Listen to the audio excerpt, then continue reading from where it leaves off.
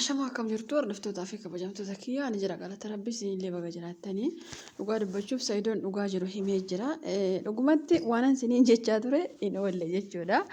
Maal isiniin jedhani yeroo baay'ee hin arrabsiinaa isiniin jedha. Saidoon illee itti dhiisaa inumaayyuu yeroo namni arrabsu immoo ittoo akka isheen caaltuu fi arrabsoon illee faayidaa akka hin qabne himee jira. Maaliif tuffatee jira jechuudha Saidoon jechoota isheen jettu waan hundaallee tuffatee jira. Kanaafuu arrabsuu hin qabdanii maaliif an dhugaa dubbachuu fi yeroo baay'ee namni nama arrabsuun sin ibu beekte nama faarsuun illee sin ibu nama arrabsuun illee sin ibu immoo nama tokko akkuma Saidoon iyyuu jedhe dhugaa dubbachuu fi anillee yeroo hedduu irraa haasaa waan kana ni beektanii ijoollee isaa Yemen keessatti keessaafuu biyya namaa keessatti ijoollee argatee haadha manaa isaallee achitti fuudhee garuu gorsa namaatiin Sumayyaan amma salaam kana akka ani fuudhuu fi akka isheen akkas gootu akka ani fuudhuu barbaaddi jedhe Saidoon.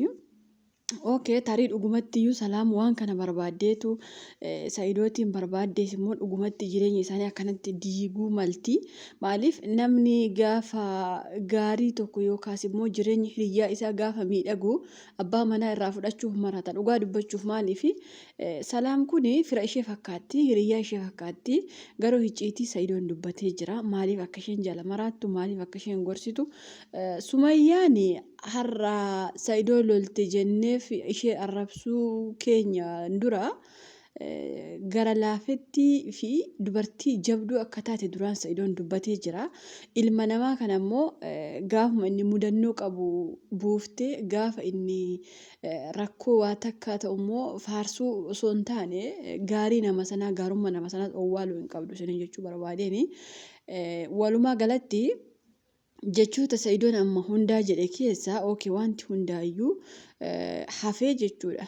Amma Saidoon akka jedhetti jecha ishee dhageessi kan salaam jettu dhageessi jechuu jira. Inni salaam jechuun osoo Sumayyaan kun osoo nama jireenya ofii barbaadu nama abbaa manaa ofii barbaadu osoo taate jecha namaaf bakka laattu jechuudha. Garuu Sumayyaan illee nama dubbii namaa dhagahu nama namaaf jiraatu ergi akkas ta'e addunyaa kanarrayyuu lubbuutiin hirmee erachuun isheeyyuu hin shakkisiisa jechuudha. Dhugaa rabbi namni yeroo baay'ee namaan deemu rakkoodha jechuudha. Akkuma inni jedhe salaamin jecha salaam dhaggeeffatteetu jiraatti taanani okay maal isaa jireenya hin qaba jette jirti iyyuu salaam kun immoo nama ajaa'ibdi dhugaa dubbachuuf akka amma Saidoon jedhetti akka ani fuudhuuf akkana jetti garuu isheetiin bofa taate ishee iddaa jirti isheen hin beektu jedhe dhugumatti iyyuu bofa taate iddaa jirti hiriyyaa amma zabana kana keessaafuu hiriyyaa waggaa 5-6 asii mee irraa fagaadha dhugaa rabbii amma jechuun nuti waan afaan Oromoo dubbannu hundi keenya Oromootu kana duwwaa jenna malee dhufee jirti gantuun dhugaa dubbachuu maaliif amma salaam kun illee ilaala intala kana waliin hiriyoommaa akkamii waliin hiriyyaa ajaa'ibaa turanii garuu jecha amma Saidoon waa malee waan dubbatu waan salaam waa jettee jirtu yookaas immoo Saidoo kana waan jaalatteettuuf yookaas immoo Saidoo waa gaafattee Saidoon immoo yeroo didu isheen immoo jireenya isaanii jeequuf tattaafachuu dandeessi jechuudha. Dhiirri tokko as baheen dubbatu waa'ee dubartii yoo haalli isaa ta'uu fi didee ofii isaa yoo jibbe isheenillee yoo jaalatte as bahee miidiyaa irratti si baasa malee yoo si jaallate hin baasu waa'ee kee miidiyaa irratti garuu Saidoon isheen hin barbaaddi Saidoon isheen barbaadu waan ta'eef inni as bahee dubbatee jira. Okay waa'ee ijoollee isaa gadi fageenyaan sinii himee jira. Ijoollee koo biyya namaa keessatti argadhe waan ta'eef akka malee jaaladha bakka Sumayyaan na waamtetti har'allee ta'e burdufuun dirqama kootii jedhee jira. Kun deebii gahaadha jedhee yaada namoota Saidoon gowwaadha moo Saidoon hin baranne moo maalidha moo jettaniif jechuu barbaadeen Saidoon osoo ijoollee 1000 meeqa miiliyoona meeqa dubartii biraarraa argate haga Jamiilaa sanaa fi mucayyoo sana ijoollee sana lamaanii hin geessuufi jechuudha. Ijoollee Saidoon gara fuula duraatti argachuuf deemullee haga ijoollee lamaan sanaan geessuufi maaliif ijoolleen ammatooma Sumayyaa waliin deebi'ee Sumayyaarraa argateellee ijoolleen nama Itoophiyaa keessatti argatuu fi akka inni yemen keessatti argate walii gargari. Maaliif kanuma isaa taateeyyuu garuu ijoollee sana biyya rakkoo bara rakkoo osoo waan takka duuti tokkollee dhufee osoo biyya sana keessallee ari'amuun dhufee osoo bishaanillee isaan nyaate seenaa adda addaatu jira ijoollee lamaan kana gidduu. Kanaafuu Sa'idoon ijoollee kanarraa abadan cituu hin danda'u jechuudha. Jala mura isinitti himee jira. Maaliif warra jechuun Sa'idoon beekuu itti himnee jirra ijoollee baay'ee akkas jira. Kanaafuu aaruu hin qabdanii dhugaa dubbachuuf Sa'idoon hin arrabsiinaa jechuunsaa jaalala ishee osoo hin taane tuffadhaa isaa jechuudha. Bara jechuun bakka nama tokko ofiisaa immoo kan arrabsu isa boru ijoolleen koo guddattee haadha keenya akkatti haamilee buusaa ture haadha keenya akkasitti arrabsaa ture naan jetti. Kanaafuu arrabsuu kanaaf sodaadhee of qabee taa'u jira. Namni yoo aaru waa hedduu dubbata jedhee dhugumatti namni yoo aaru waan dubbatuuf waan godhuuf waan jedhu hin beeku. Keessaafuu Sumayyaa arrabsuun dhugaa dubbachuuf akka ajaa'ibaatti namaa ta'a ture.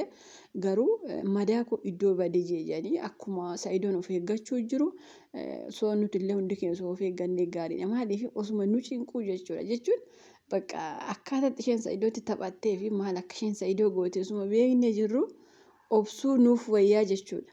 Jechuun bakka jechuun namni baay'een akka jireenya isaatti nama boo'u jira. Waa'ee Sa'idoo kanaa dhugaa rabbi Sa'idoo makanayyuu viidiyoo isaa argee nama imimmaan hin qabannetu jira. Maaliif waggaa tokko guutuu jaanjessite ishee jaanjessu malee dhugaa rabbi waggaa tokko guutuu siqaayee agarsiistee akka dubartiin illee ishee malee hin jirreetti imimmaan miti dhiiga boosistee jechuudha. Garuu umarratti uftee hinumaayyuu akka nama hin jiraame nama kubbaa taphatu tokkotti yeroo inni yemen deemu as deebistii achi deebistii inna amma jechoota Sa'idoon jedhe keessatti salaam akkan ishee fuudhuuf yaa jedhu iyyuu malee Sa'idoon akka yaada kiyyaatti Sumayyaamaa fi salaamtu walii galee Sa'idoo jaanjistuu jira. Akkasitti fudhaan isinii galee garuu rabbi obsa haa kennuufi waan kana obsuun baay'ee ulfaata dhugaa rabbi jechuun ilma namaa taate tarii maalummaan Sa'idoo isheetti dhagahamuu baatus abbaa manaa isheeti abbaa ijoollee isheeti. Garuu immoo hamma kana keessa dabartee hagana cinquun ayidoonni akkamitti akka ilmi namaa kun garaa jabaatu baay'ee takkaan ajaa'iba dhugaa rabbi. Sa'idoon akkuma agartanii xiqqoo obsee deebi'ee jira hin obsaa. Wanti chumatti waan obsanidha waan godhu hin qabu. Soo amma ishee arrabsee maalitti sana Sa'idoon ikkoo ishee arrabsuuf unu qofa osoo hin taane Sa'idoon otoo ishee arrabsee arraba baay'ee jira ture. Garuu akkatti arrabsuu hin qabu. Daangaa jira gidduu isaanii daangaa cimaa jira. Ijoolleen suni daangaa itti taate jirti. Kanaafuu Sa'idoon miidiyaa irratti bahee akkatti ishee arrabsuu hin qabu jechuudha. Inda'uun ofiisaa miti isin mataan keessan dhiisaa hin arrabsiina tuffadhaa isaa jedhee jira. Maaliif faayidaan qabu ishee arrabsuuni isheen nama koomentii keeyyuu ati barreessite yookaas immoo viidiyoo hojjette yoo ati arrabsitu hin gammaddi. Maaliif wantichi hunda keenya cinquu bara isin akkam waan Sa'idoo bichaa cinqitu Sumayyaa isinitti fakkaatame dhugaa rabbi inumaayyuu ijoolleen isaanii illee kan yeroo tokko afaanuma isaaniitiin ati gootaa ati maali ajaa'illee yeroo tokko deebi'anii ishee qeequ isaanillee. Garuu amma ishee qeeqaa hin jiran isheetti gammadu dhugaa rabbi. Maaliif Sa'idoo mayyuu maaliif asiif achi deema maaliif kana ta'a maaliif nan fuudha jedha bakka waa hedduu isaan gammachiisuu danda'a. Tarii akkanatti ishee jaanjisuun baay'ee ishee gammachiisuu danda'a akka yaada isheetti dhugaa rabbi. Haganumayyuu inni bakka siqaa arguun baay'ee ishee gammachiisuu danda'a. Garuu kun akka kootti gowwummaa yookaas immoo faarummaa isheeti malee salaam osoo waan barbaadde ishee gorsite akkamittiin jecha salaamiif jettee abbaa manaa ishee dhiiftee hagana jaanjofti dhugaa rabbi. Kana taanaan namni tokko jechuma namaa dhagahee bakkuma namni tokko jedhu dhaabbata taanaan namni sun dhaabbata illee hin qabu jechuudha dhugaa rabbi. Salaam kun bakka barbaaddetti waamtee ishee ajjeeftii iyyuu dandeessi dhugaa rabbi akkas taana jechuudha. Na akkuma Sa'idoon amma isheen akkan fuudhu barbaadde maal jedhe kanarratti an dhugaa dubbachuuf Sa'idoon dhaabbatee hafuusaa wayya malee salaam kana fuudhu jechuun lubbuu uumasaa dhabuu barbaadeera yoo ta'e dhugaa rabbi jechuun sobdeetuma nama isa jaalatu tokko fakkaattee itti siqxeende Sa'idoon ikkoo waan baay'ee ishee gochaa ture bari Yemenitti paaspoortii harkaa fuudhee poolisii itti waame isheen kana haaloo baafachuuf yookaan nama jaalatu fakkaattee ajjeesuuf malee dhugaa rabbi Sa'idoo jaalattee itti siqti jee yaadoon dhugaa rabbi.